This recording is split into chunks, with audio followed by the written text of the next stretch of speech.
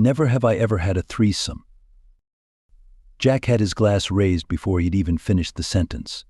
He took a long, noisy gulp of beer, making sure both me and Jenny were watching. I didn't drink, just glanced over at Jenny and rolled my eyes. She shook her head in response. Jack, you haven't had a threesome. I fucking have. No, you haven't. There isn't even one girl on campus stupid enough to sleep with you, let alone two. Jack put his pint down and grinned. Aw, don't be jealous, Jenny. I'm sure you'll find someone soon. I can't be jealous of something that never happened, can I? Ask those two freshers if it never happened, if you're so sure. Oh yeah? And where would I find them, exactly? Just look for the two most satisfied girls on campus. Jack picked up his pint and winked. They'll be more than happy to confirm the story. I snorted. Couldn't help myself. Jack might have been a prick, but he always made me laugh. He made Jenny laugh too, even if she didn't always like to show it.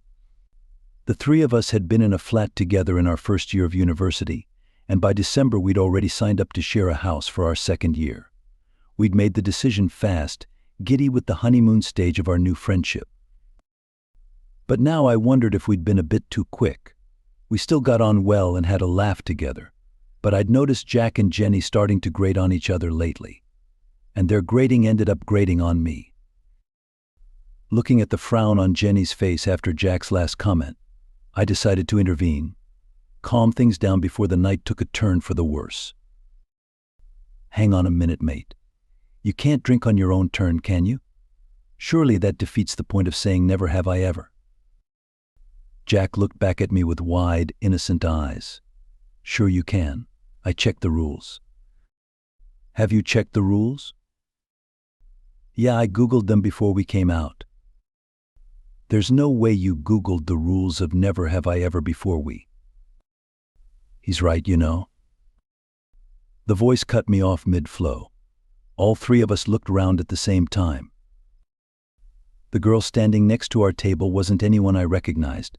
She was short and blonde, with bright green eyes and a half smile on her face. I'd never seen her around before. Judging by the looks of confusion on Jack's and Jenny's faces, they didn't recognize her either. The three of us shared a quick, confused glance while the girl stood there. It was Jack who recovered first. You see, guys? I told you I'd look them up. He turned back to the blonde girl. Sorry, I don't think we've met before. I'm Jack. That's Max over there. And the ray of sunshine opposite me is Jenny. Jenny scowled. Are you? Jack glanced around the crowded bar, searching for the right words. Are you with anyone, or? No, I'm waiting. Later I'd think back to that sentence. The oddness of it. Not I'm waiting for my housemates or I'm waiting for friends. Just I'm waiting. But at the time the thought didn't even cross my mind. I just assumed the girl was waiting for people she knew to arrive and had overheard our conversation while passing by our table. I guess all of us assumed that. Well, feel free to wait with us and play a few rounds if you want, Jack was saying now. These two keep ganging up on me and I could use someone on my side. What did you say your name? Okay, thanks. I'll stick around for a while. The girl smiled at Jack. She brushed a lock of blonde hair from her forehead as she took a seat opposite me. I saw Jack's grin widen. I snuck a glance at Jenny and saw her sitting back in her seat, arms folded, face unreadable. Well, we're going round clockwise and I just had my turn, said Jack. So I guess that means it's your go. The blonde girl flicked her eyes from Jack to me. I felt a small shiver in my stomach. Her eyes were large and pixie-ish, an unusual shade of green. The poetry books I read from my English lit course would have had a lot to say about eyes like that. I glanced down at my pint, suddenly a bit embarrassed.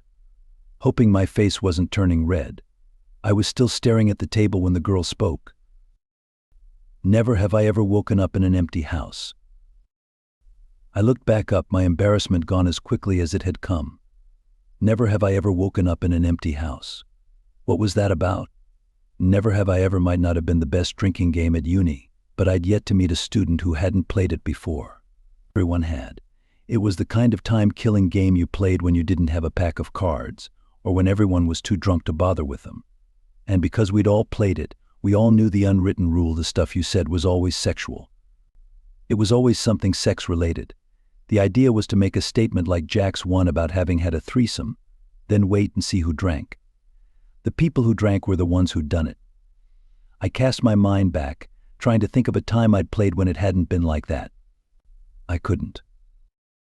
Jack and Jenny's silence told me they couldn't either. I glanced quickly at both of them. Jenny's previously blank face now wore a slight frown. Half confusion, half exasperation. Jack just looked like a man whose bubble had burst. But being Jack, he was also the quickest to recover. He spun his glass slowly on the table and grinned across at Jenny, who had just taken a sip from hers. "Don't try to tell me you're drinking, Jenny," he said. "You've never even woken up in an empty bed, let alone a house." "Fuck off, Jack." I took a gulp of my own drink, trying to pretend I hadn't heard the edge that had crept into Jenny's voice. Jack did the same. As I put my pint down, I stole another glance at the girl sitting opposite me. Her face was impossible to read. She had a drink in front of her that I hadn't noticed before, what looked like a gin and tonic, and she was prodding at the glass with her finger. If she had any idea she'd said something the rest of us found odd, she didn't show it. The game continued. After a bit of coaxing, Jenny eventually had her turn, and then a few minutes later I had mine.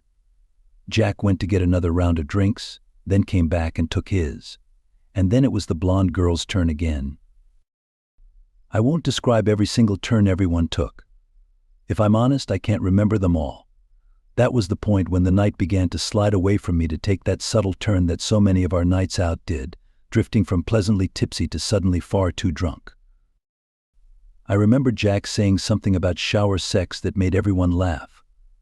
I remember downing a pint while the others chanted around me, banging the table in unison. I remember locking eyes with the blonde girl, catching her half smirk as she brushed hair from her face. And I remember some of the things she said, some of her never have I evers. Those I do remember. While everyone else continued with the usual kind of shit, the blonde girl carried on saying weird stuff, kind of creepy stuff. Sometimes it produced awkward laughter, sometimes an awkward silence. Sometimes Jack would make an innuendo. A couple of times Jenny rolled her eyes in a really obvious way, and once she pretty much burst out laughing as soon as the girl was done talking. But I never did. The girl's face remained blank whenever she spoke, and she never gave any hint that she realized she'd said something odd. I began to feel a little bad for her. But there was not denying the strangeness of the stuff she came out with. As well as I can remember, here are a few of her never have I evers. Never have I ever woken up from a nightmare I couldn't remember. Never have I ever been completely terrified without knowing why. Never have I ever refused to look in the bathroom mirror, in case someone was standing behind me. Never have I ever forgotten the worst thing that ever happened to me. Never have I ever seen a shadow from the corner of my eye. By the time she came out with that last one, I was pretty far gone. I'd lost count of how long the game had been going on for, and how much I'd drank. My head was spinning. My head was spinning. My mouth felt dry, the taste of tequila I couldn't remember drinking on my tongue. I looked down and saw cluttered shot glasses on the table in front of me, limes and spilled salt. At least 6 empty pints. I went to stand up and my hip bashed the table's edge, causing the glasses to rattle. "Hole up, Max is tapping out." Jack's words slurred into each other. He grinned up at me and drained his pint. "Get us another round in, mate." I edged past the back of his chair. Saw Jenny sitting opposite Jack, her arms folded. Isn't it her turn to get around? And Jenny's eyes were wide and bloodshot from booze. She stared at Jack, unblinking. The anger in her face obvious. She said, "Jack," leaning over and gripping the hand of the blonde girl, drinking on me. Before I was clear of the table, I made eye contact with the blonde girl one last time, her green eyes fixed on mine. She held my gaze for a moment, her expression unreadable.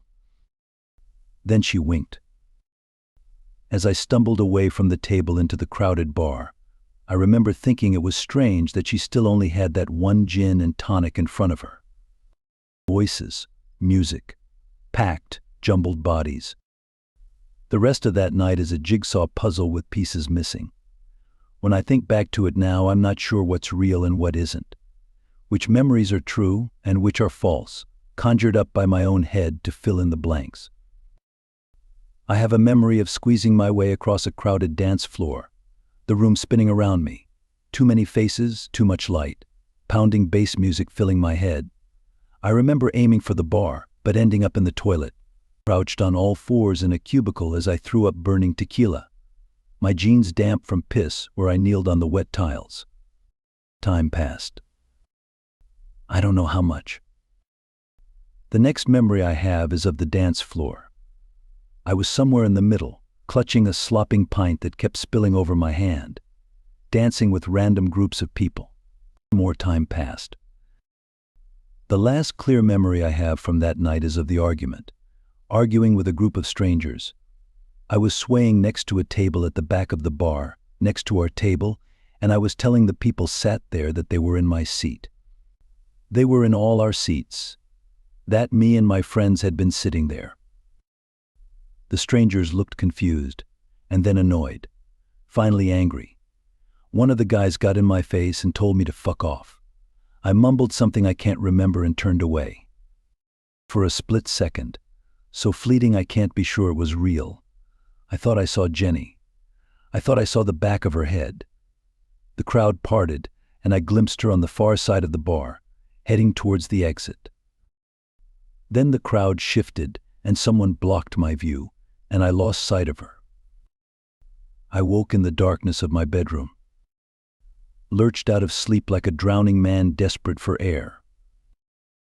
I'd been dreaming a dream in which I'd danced with Jack and Jenny in the bar, screaming along with the lyrics of some song, and now I felt disorientated, unsure what was real and what wasn't. I also felt awful.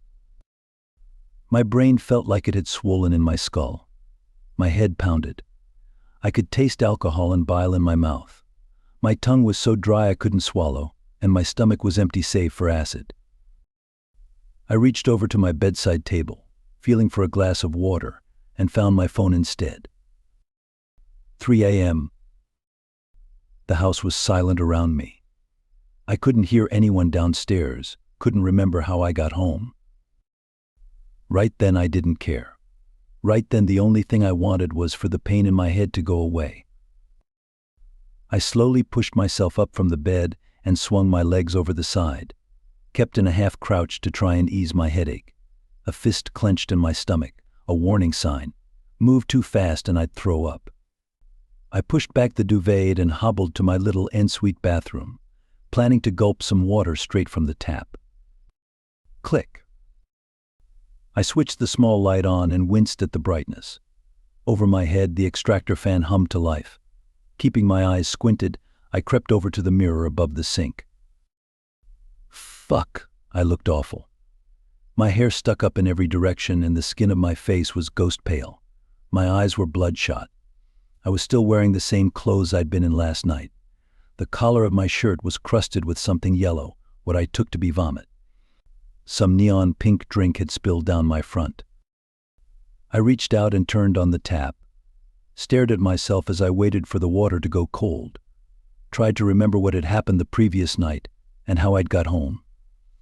As I felt the water change in temperature, I lowered my head, drank from the stream like an animal, felt the cold liquid rush into my mouth, smoothing out the sandpaper of my tongue. When I finished, I splashed water on my face, turned the tap off and wiped my eyes as I straightened up. The blonde girl was standing behind me. She was directly behind my right shoulder, staring at me in the mirror. I screamed, slipped as I tried to spin around on the spot, my foot skidding in a wet patch on the tiles. I went down hard on my left side. Shock and fear burned my nerve endings. I scrabbled on the floor, twisting myself onto my back so I could get a look at the spot where she was standing. But there was nobody there. I stared around the bathroom, pulling in deep breaths, my heart pounding hard. She'd been there in the mirror. I'd seen her. This wasn't like one of my drunken memories that blended into a dream. She'd been in my bathroom. But now the bathroom was empty. I forced myself up into a crouch and then into a standing position, crept slowly back into my dark bedroom. Nothing. Even after I'd switched the light on, banishing the shadows that lurked in the corners, there was nothing. My bedroom door was shut, and I knew I would have heard if someone had opened it. There was nobody in my room. Nobody had been in my room. I must have imagined it. Only I hadn't imagined it. I knew I hadn't. Half an hour passed before I forced myself to climb back into bed, to try and get some more sleep. I tucked a hand below my pillow and felt the rustle of paper, a single, crumpled sheet that had been stuffed beneath it. All that happened months ago now. Months since the game of Never Have I Ever, and months since I saw the girl in my bathroom. Months since I found the note below my pillow. When I look back on that night, I always ask myself what I could have done differently, whether I could have changed the outcome. There are lots of things I think about, lots of specific moments and memories, and that note is one of them.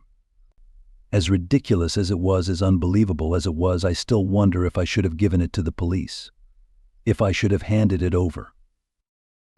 But when I start thinking like that, the thought that always comes back is this: they wouldn't have taken it seriously. Who would have? Even I didn't take it seriously. Not at first. I guess I thought it was some stupid joke when I found it. Just something Jack had written for a prank. 7 little words scrawled on a torn-off piece of notepaper. A line running through them, as if the whole sentence had been crossed out. Never have I ever met a succubus. Before I had a chance to give it a second thought, someone was banging on the front door of our house. Heavy, urgent knocks. I stuffed the note in the pocket of my jeans and went to answer it, thinking it might be my friends. But it wasn't. It was 2 police officers. I didn't believe them when they told me Jenny was dead. I couldn't. I heard their words, but they didn't make any sense to me. They didn't seem real. The officers said Jenny had been found in an alleyway behind the bar where we were drinking, lying behind a dumpster. An ambulance had been called, but she'd been pronounced dead at the scene. A heart attack, I found out later. They had some questions for me, and I guess I answered them. Questions about where we'd been, and how much we'd been drinking, about who we'd been drinking with. I told them about the game, and about Jack. I told them about the blonde girl that had joined us. They took some notes, told me they'd be in touch, and went on their way. It was only after they'd left that I remembered the piece of paper in my pocket. I still have it. I'm sitting in the bedroom of my parents' house right now, staring out the window, and I can feel the crinkle of it in my jeans. Usually I keep the thing tucked in my wallet when I'm out, so it's with me wherever I go. A reminder. A reminder of what happened that night.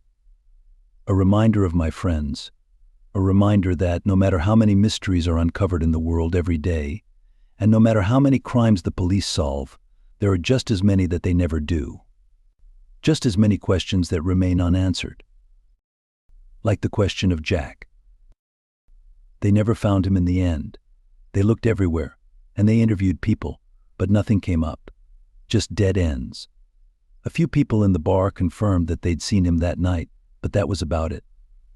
The CCTV in the place hadn't been working. The owner said it had malfunctioned earlier that day, and they'd been waiting to get it fixed. There was one couple who claimed they'd seen him later on, though. They said they thought they'd spotted him a few streets away from the bar where we'd been drinking, at about 2 a.m., walking in the direction of a large park near the city center, walking with a blonde girl. But no matter how hard the police looked, they could never track the girl down. Jack hasn't been seen since. I still Google his name every now and again, though, just to check. As far as I know, the case is still active, and the police are still looking for him. So I keep checking in, just to see if anything new has come up, to see if there have been any updates on the search. But there never are. And if I'm really, truly honest with myself, I don't think there ever will be.